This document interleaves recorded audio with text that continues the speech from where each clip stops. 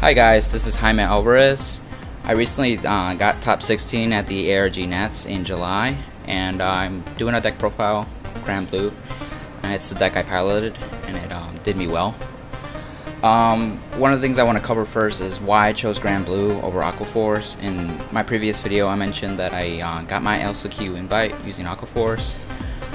So I want to explain my reasoning on why I changed to Granblue and go over some of the advantages of using the deck. So I come from Yu-Gi-Oh! As a competitive player, and so there's a lot of similarity between the two games in terms of what to play in the meta. Usually the better decks have the better engine, the better use of resources, and what is relevant to the current meta. Is it consistent enough? Is it powerful enough to win games consistently? So with Granblue, I thought it was a good candidate, and it was relevant because CBD needs units on the field. Kagero retires things on the opponent's turn, and Granblue would just seem to fit. I don't care, I just retire my units at the end phase anyway, because of Hollow or because of the Night Mist Stride. And the other thing with that is that Night Mist has a good engine to get hand advantage as well. You got Dancing Cutlass, you got the 7 Seas units, you got Peter the Ghosty, and the other thing is that Night Mist can call 2 units with a single counterblast, and that is really powerful. So the cool thing about it is that thanks to like Slash Aid and Night Rose, the Stride, you can do a consistent 4 to 5 attacks each turn. So it fit my style as playing Aquaforce, and it's more important to get a lot of attacks each turn versus getting your Vanguard really big or critical, knowing that the fact that they can like just PG it, you know. So getting more attacks is usually the more effective way because they end up losing more cards out of it too. Whether it's an extra card or 2, it makes a huge difference. I mean, they all die at 6 damage, so that's the same. The hand advantage isn't. So the other thing with Granblue, I had a choice between 7 Seas and the Night Rose build. I went with the 7 Seas because it's not GB restricted. It has a much better early game, and you can have a little more flexibility with it because Night Mist brings 2 units at once, which is pretty cool. So one of the things I wanted to mention is I was playtesting with, you know, Peter the Ghosty versus what's his name, Grenache, yeah, and I felt like when you first striding Night Mist is a much better turn than the Obadiah Stride, simply because with the Obadiah Stride you need a card on the field or in your hand that can call something from drop after you sent your 3 cards that you want in the drop. So I felt like it was more important to have the first stride Night Mist more successful, so I built my build around that concept. And I mean, once you have enough units in the drop that you can do a first stride Night Mist, you should be good for the rest of the turns coming up as well. You don't have to worry about milling stuff anymore, and so you can be conservative about your deck so you don't deck out. It also has a good way to handle different matchups, especially that there's pesky rearguards. There's like Laurel, there's Angel Feather with Broken Heart. Angel Feather is also relevant, so that's one of the other things I considered as well. So I am playing Cannoneer to counter that, basically. So then, without further ado, let's get into the lineup. So my forerunner is Peter the Ghosty. The reason I run him is because he's much faster than Grenache as a forerunner. He also helps you see 3 more cards early on than Grenache can. And by 3 cards, I mean 2 in the drop and 1 that you draw. So before you get to stride, you're able to manipulate your hand a bit from the extra 3 cards into the deck, and you can work around it so your first stride Night Mist is really good. And the other thing, it feeds field to the soul as well, which I use Dancing Cutlass to take advantage of that, and combos off well because Dancing Cutlass also gives you a card, and that's 1 more card deeper into your deck as well. So that's why I like Peter the Ghosty over Grenache as a forerunner. Grenache is really good on the end flipping, but I feel that might be more appropriate in the later game. So for the grade 3 lineup, I play 4 of the Night Miss grade 3. He's really good. You really want to first ride him and then just sit on him, and then just keep going to your Night Miss stride or your Night Rose, depending on how the game turns out. And then generally the end of the game, you want to break ride and do a Night Rose stride turn as well. So you have all these big massive units and beating down your opponent with like 5 attacks, and if you get like a stand trigger, you can do more shenanigans too. So Night Miss is really good, and you could just, you know, break right on him and just get free 2 units, and you can manipulate your drop zone even further on top of that. The other grade 3 is the Plagiaton. He goes hand in hand with him. He's really good. You pitch him for stride, he's useful in the drop, that's awesome. You ride him, he gets you a unit. Sometimes I've ridden him over Night Miss just to get the extra card early on in the grade 3 as soon as you ride it. It could be, you know, grabbing a Rough She's Banshee that you like guarded with earlier, or even reviving back a Cutlass or something, just to give you an extra draw, depending on the matchup really and what the circumstances are. But overall, he's a really good unit, and so I only play 3 because I play enough straw engine basically with Cutlass, Banshee, and Peter so I don't want to like hit him on the draw. Basically, I want to hit my like grade 2s, my grade 1s. Those are useful in the drop more than the grade 3s. So that's my thought about that. So with the grade 2s, for Negaruk, he's really good. He's a 16k beat stick. You can use Night Miss to bring 2 of them, and you got 16k columns essentially, without, you know, boosters. And you can just attack 1 with first, and go to town with like either Night Miss on attack or the other Negaruk, because if you still have stand triggers, you can get the chance to restand the second Negaruk, and also you do a Slash Shade, and you can get your 4 or 5 attacks that turn that way as well. And Negaruk is free, which is important. He's just on hollow 16k beat stick from hand as well, or from drop. So he's really flexible too if you have him in your hand. So beating down your opponent consistently is really an advantage that he brings. He's a 16k, so they have to drop at least a 10k shield if they want to drop 1 card. Although otherwise they have to drop 2 cards somehow to just guard that attack, or they take the damage. So I also play 3 of the Slash Shade. Slash Shade's there to give you the extra attack. He's really good. He goes hand in hand with the 7C's main, and he's not GB restricted as well, so you can do this as soon as you're 7C's. It could be on him if you have him on Vanguard, or even the grade 3 or Nightcrawl for whatever reason if you have him in the drop that early on. So he helps you too, to avoid if you want to try to Sibreeze if they play the grade 2 game. It doesn't hurt you that much as long as you have this guy, and if they're playing the grade 2 game, a lot of the times they can't handle 4 attacks consistently. So he's really good. Play Cannoneer. I play him at 2. I wanted him to see him, but not to see him all the time, because I felt like most of the time I'd rather see Negaruk and Slash Shade. Cannoneer is a counterblast, and you got to be careful with your counterblast in this deck. You only can do so much unflipping because a lot of the units and strides use a counterblast, and so he's there to kill pesky rear guards, and on top of that give you a draw, and he's really good. So at one time I've Night Missed both of them and killed 2 Broken Hearts and basically pot a grade from there. So I recommend playing him as well. Now these are my like techs, sort of. 2 Ruin Shade and 1 King Serpent. Ruin Shade is there to help you mill more. He makes you see more of your deck in your drop, and that's important, you know, just so you can do an effective first stride Night Miss. You don't have to really use him late game anymore. You can like ditch him, or you can just have him there, make a 16 column with Nightcrawl, or just make it an 11k if you really need to as well. So he's really good when you ride him in Vanguard. When you ride to grade 2, that's when you need the mill.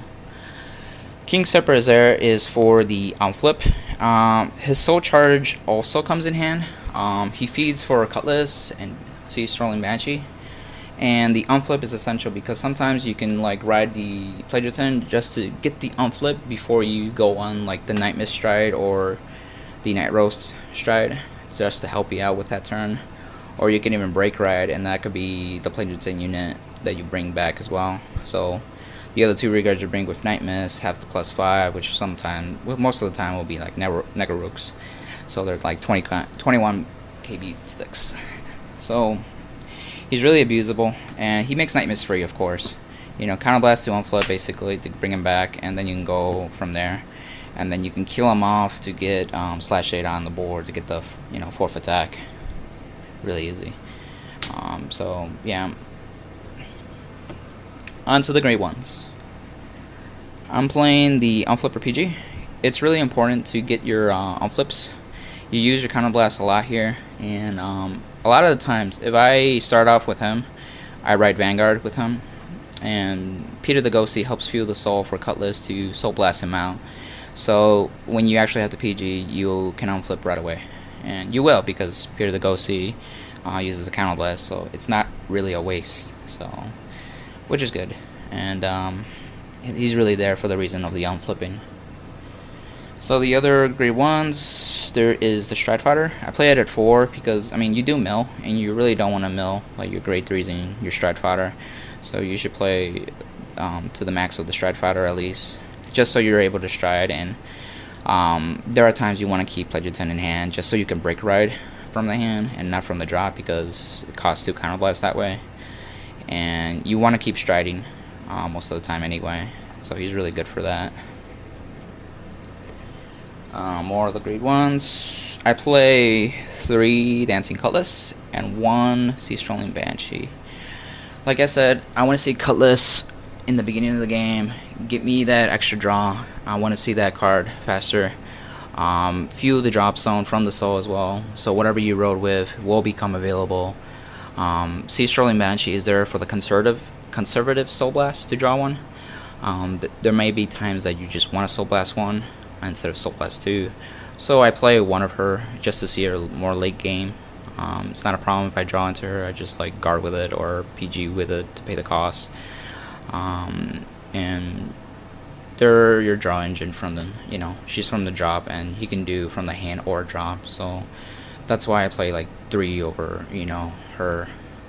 So it helps with that, and it keeps the deck more consistent too, because that extra draw goes a long way. And I play Nightcrow. I only play him at 2 because that's the only room I have left. Otherwise, I would have played more. He's really good because you can, rearrange your columns if you need to. You can send back the stand trigger, make the Ghosty and family after hollowing it. So that goes back to deck. And that's pretty much it. He's just good. He's free too from the drop. That's really important too. And you can even kill your /8 if they don't kill it on their turn, so you can just reuse the /8 anyway. So he's really useful in that too.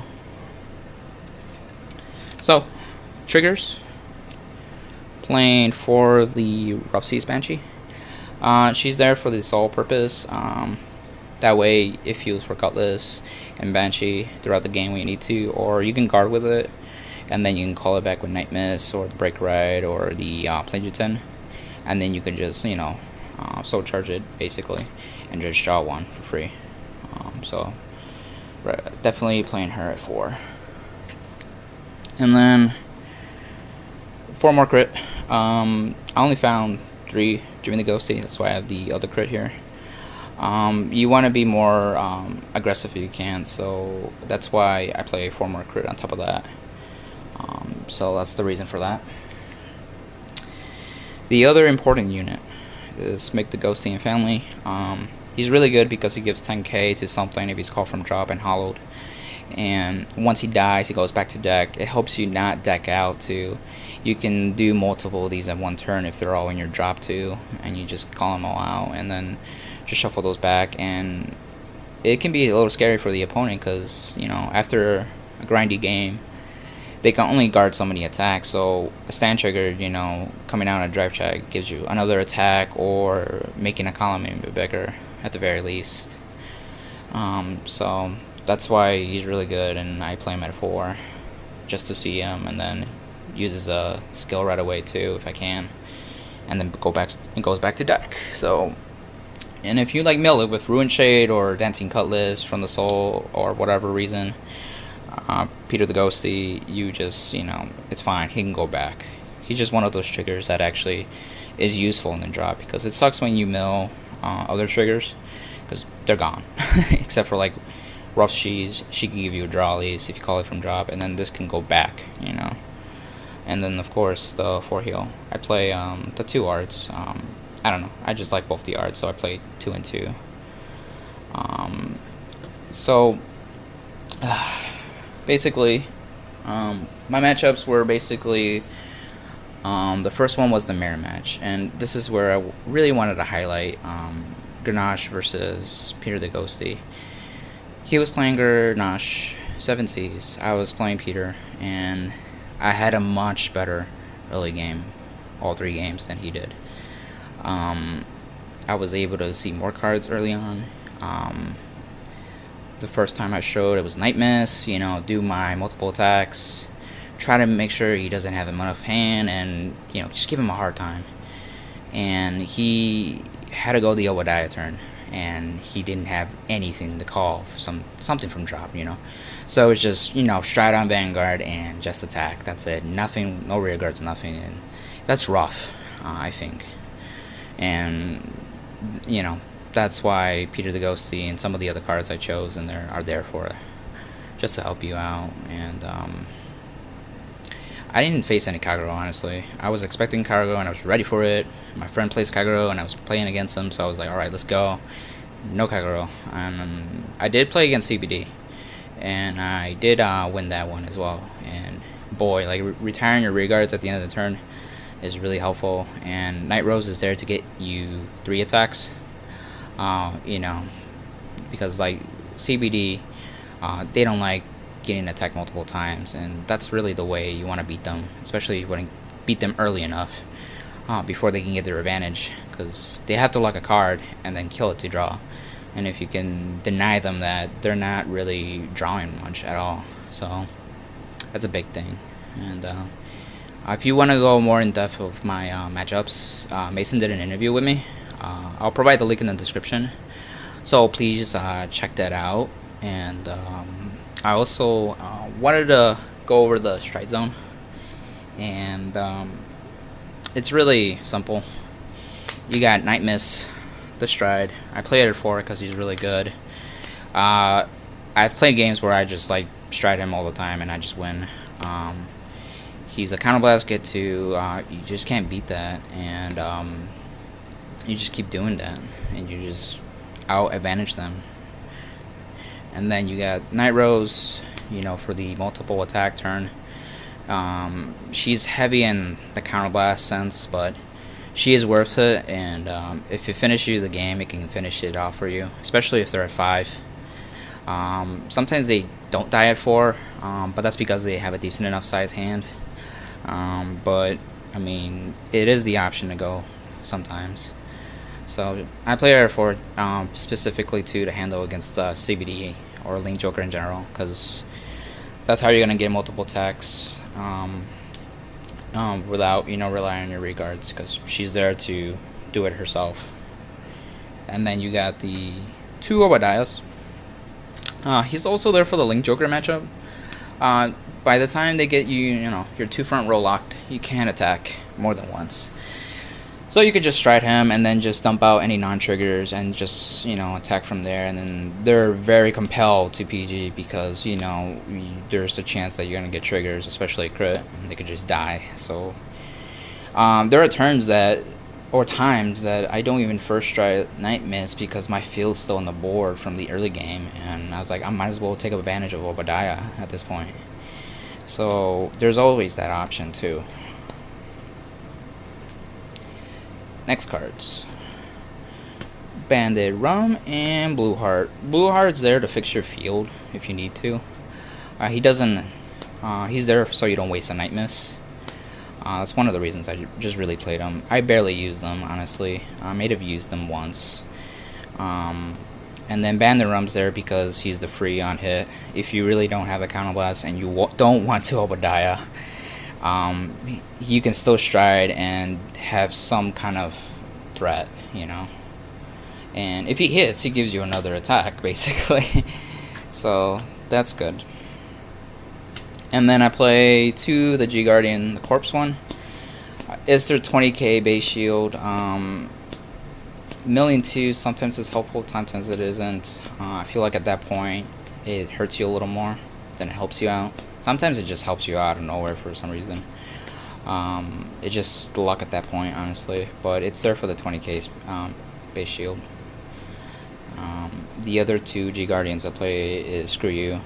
Screw You is there to hit the 25k shield, and if you have extra grade 3s, you could definitely ditch them. Or if there's a particular grade 2 or the Night Crow in your hand you want to ditch, that helps too, make it a bigger shield and use out of it, and you're ready to go for the next turn as well.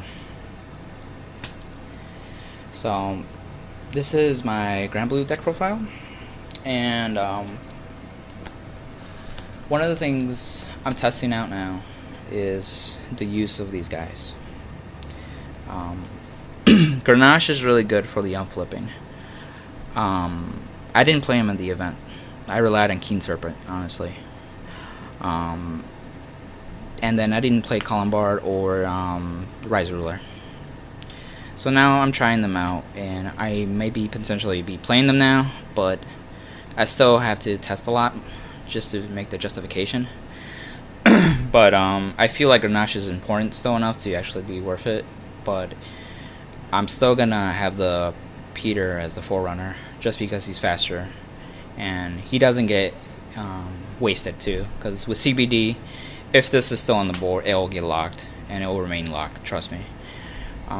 You can hollow it when you call it, but you just neg yourself 1 for that turn and for the next couple turns, because you're not gonna call a booster, so your Vanguard at that point is weak. And then with Peter the Ghosty, you have at least somewhat of control when to do it, you know. So, and Rise Ruler, I'm playing him at 1. I want to see him in the later game, not early enough.